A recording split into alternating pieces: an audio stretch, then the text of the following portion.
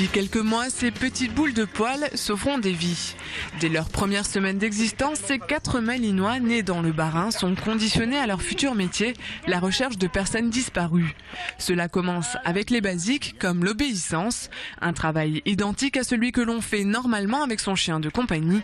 Mais pour ces bébés, le geste le plus anodin, n'importe quel jeu va les préparer à la recherche. C'est un travail qui se fait en intéressant le chien d'abord à un objet. C'est pour ça qu'on a travaillé avant les chiots avec une serpillière. Donc on peut prendre un boudin, une balle, un autre objet de récompense. Et en fait, l'objectif du chien, ça va pas être directement de chercher la personne. Lui, il va chercher son objet. Il va chercher sa récompense.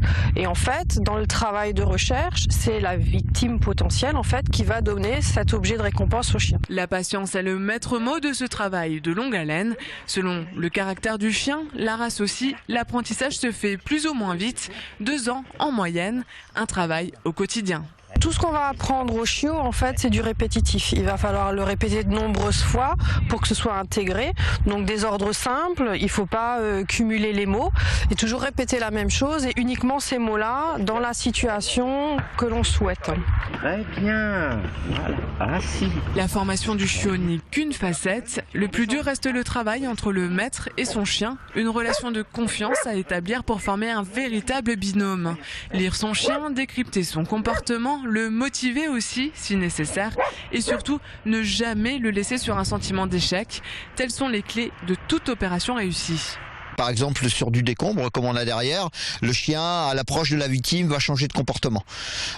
Donc à nous de lire ces différents comportements pour déterminer par exemple une zone dans laquelle il pourrait éventuellement y avoir une victime. Peut-être que le chien ne va pas avoir directement accès, mais en tout cas on va avoir un comportement, ce qu'on appelle un marquage. Ces maîtres chiens de la protection civile sont tous des bénévoles et les faux pas sont nombreux dans le processus de formation. On oublie de mettre la laisse dans la poche lorsqu'on va cheminer sur des décombres comme j'ai derrière.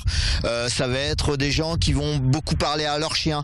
Le problème de parler à leur chien, c'est qu'on va se rendre compte que ça perturbe le chien en fait. Voilà, c'est plein de petites choses qu'on va rectifier au fur et à mesure. Dans le Bas-Rhin, 6 chiens sont déjà opérationnels, 6 autres en formation. Chaque année, la brigade cynotechnique du Bas-Rhin intervient sur 70 opérations en moyenne, principalement la nuit.